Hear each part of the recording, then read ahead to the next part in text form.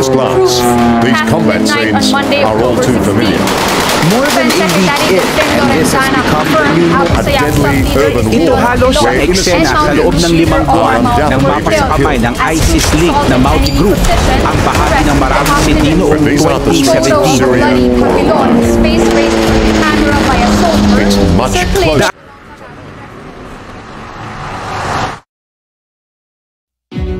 Ito dapat ang natatanging lungsod na tinatawag na Islamic City na tahanan ng mga Maranao sa hilagang bahagi ng Mindanao.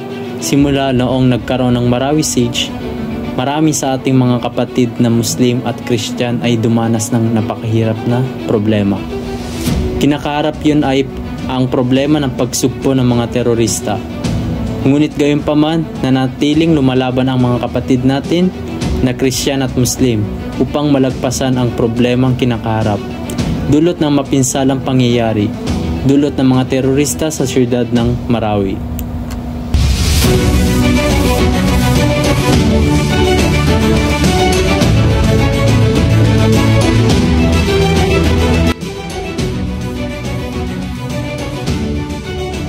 Sa paglipas ng panahon, ay makikita pa rin ang marka na dinulot ng matinding giyera na labis na naapektuhan ang ating mga kababayan.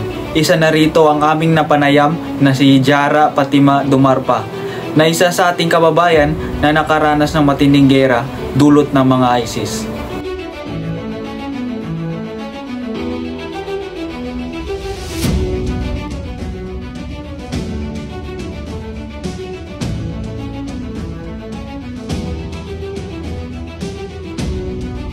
Malay kumante, magiging ko buong ini na experience nga during Marawi Siege. Kano Marawi Siege ate? Ang na-experience po namin na takot at yung yung trauma na nangyari sa amin sa Marawi, na yung natakot kami, lahat ng mga namin na nawala, namin, isira yung bahay namin.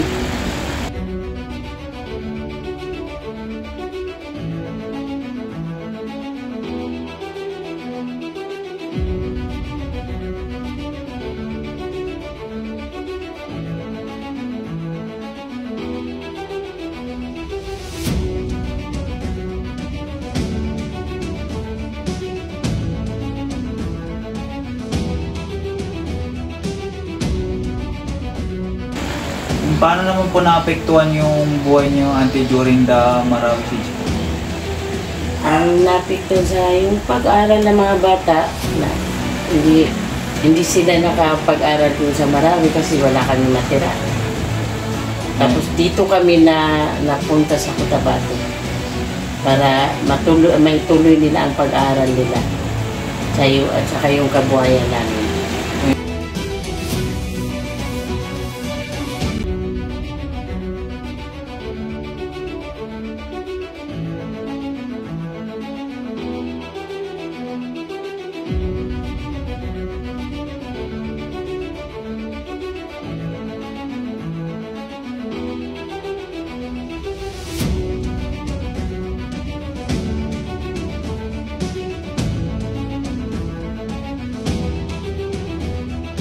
Paano po yung ginawa niyong way para makabangon po doon natin? Kasi yung nangyari sobrang hirap po talaga. Pinagsikapan po namin na makabangon kami. Pero hanggang ngayon, hindi kami masyado hindi masyado bumalik kung ano namin sa loob. Hindi totally nakabalik talaga. Opo.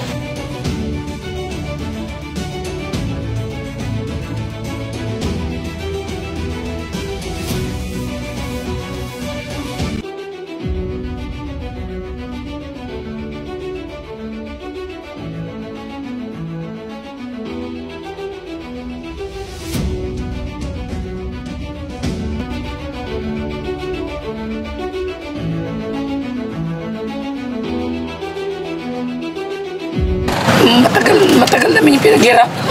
Simula ako dito, nagpay ako 16 years. Tapos mawala lang bigla. Ang tinatakutan namin kung masunog yung bahay namin. Wala na kami katira.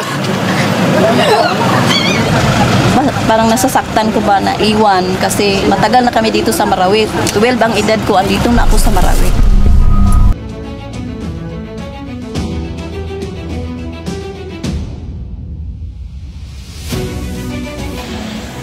Ano yung pinaka-traumatic experience nyo, Auntie, during Marawi Expo? Ang traumatic experience namin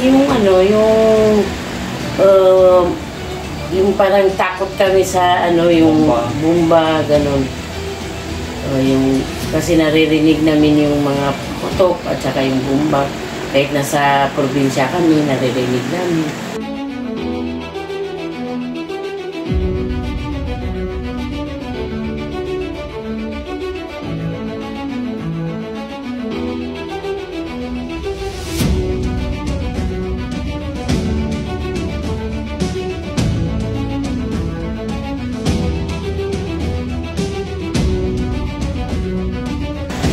Ano po yung lesson doon natin sa during Marawi Siege po kasi parang pong nangyaring hindi maganda. Ang lesson doon na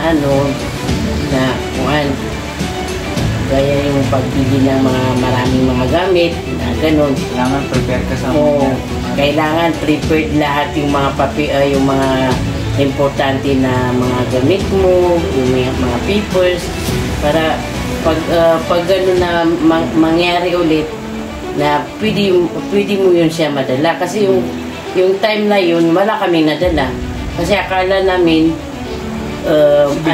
hindi akala namin mawawala din agad yung gulo na yun kasi minsan yan din ang nangyayari naman mga putukan baka bukas wala na clear na wala nang hindi namin in-expect na yun ang mangyari sa Marawi. Mag-abot ng ilang months po. Oo, ilang months. Pero hanggang ngayon, hindi rin kami nakabalik ng Marawi. Thank you so much po. Yun po. Salamat po.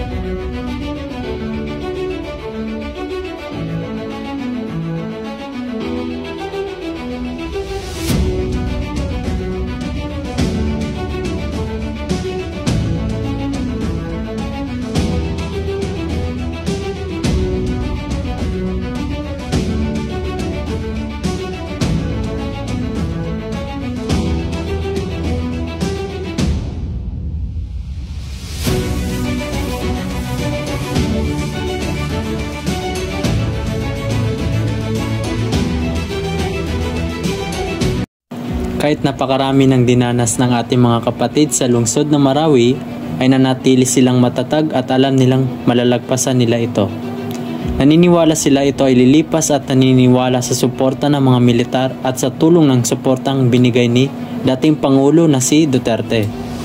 Sa mga kapatid nating Muslim at Christian sa lungsod ng Marawi City, iilan sa kontribusyon niya ay proyektos na rehabilitation sa Marawi at pagbibigay ng permanenteng bahay sa mga kapatid nating Muslim at Christian na naninirahan sa Marawi.